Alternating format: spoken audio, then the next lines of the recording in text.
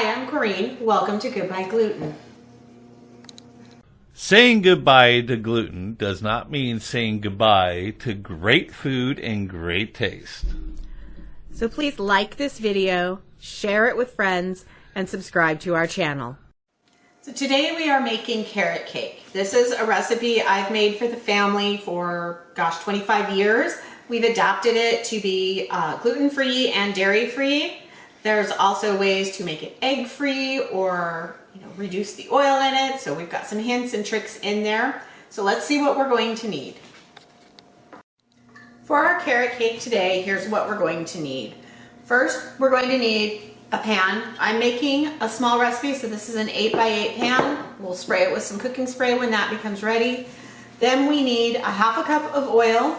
I'm using a plain vegetable oil. You could use an avocado oil or a mild light olive oil. I would not recommend anything like a coconut oil because that's going to change the flavor and consistency. Then we'll need 1 cup of gluten-free flour, 1 cup of basic cane sugar. You could substitute out a half a cup of honey instead of the cane sugar, or a cup of palm sugar if you're sensitive to cane. Then we need 1.5 cups of shredded carrot. This is about 4 whole carrots shredded, give or take, depending on how big your carrots are. We'll need 2 eggs, some baking powder, some salt and baking soda, and some cinnamon, a half a teaspoon of each of these. So let's get started. And then we're going to get started with all of the dry ingredients. So we're going to put our sugar, our flour, our cinnamon, our salt and baking powder, and our baking soda. Everybody into the pool. So we're going to get that going slightly. Don't hit mass or you're going to have a face full of flour. Just let that mix for a moment.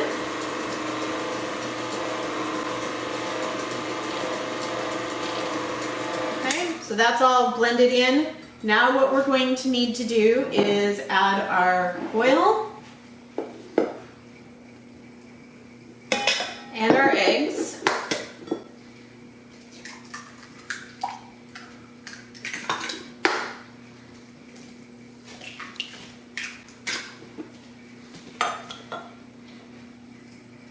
And let that mix for a moment. Now we're going to add our carrots.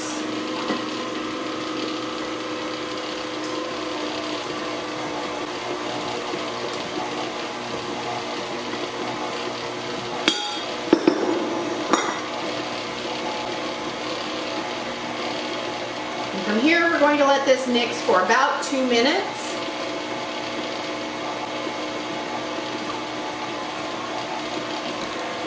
Okay, you can stop it.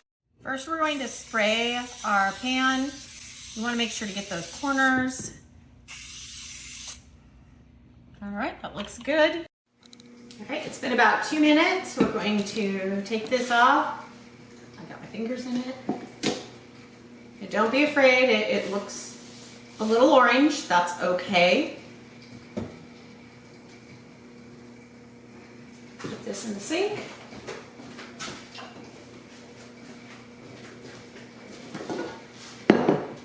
And give it a quick scrape around the sides just to make sure we don't miss any of this good stuff. And I'm going to pour it in.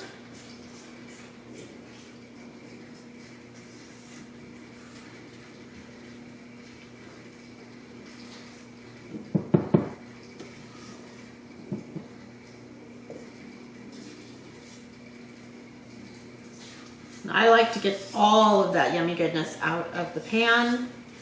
Waste not, want not. My kids hated this when I'd make cookies and I'd scrape everything out and not leave anything in there for licking the bowl. Little did they know, I usually licked the bowl. All right, so now, as soon as our oven is finished preheating, we will put this in the oven for 20 or 55 minutes and check it. And then see, it might need to go an extra 5 minutes. We put it into the oven at 400 for 40 minutes. Click.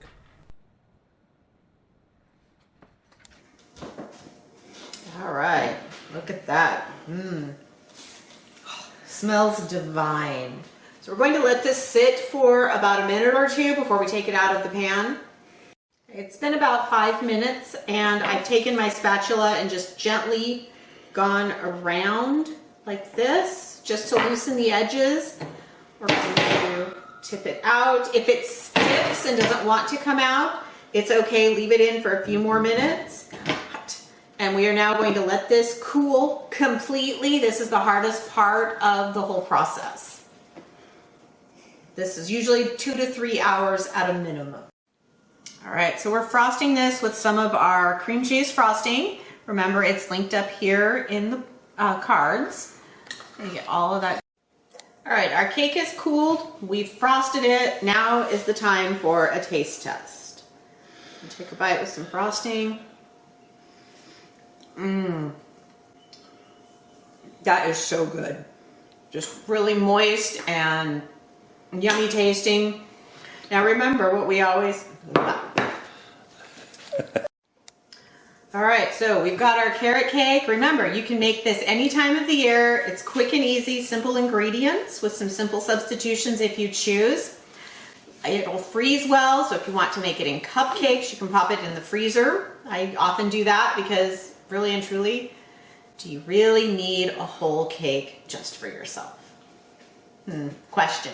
So remember what we always say here at Goodbye Gluten. Saying goodbye to gluten does not mean saying goodbye to great food and great taste.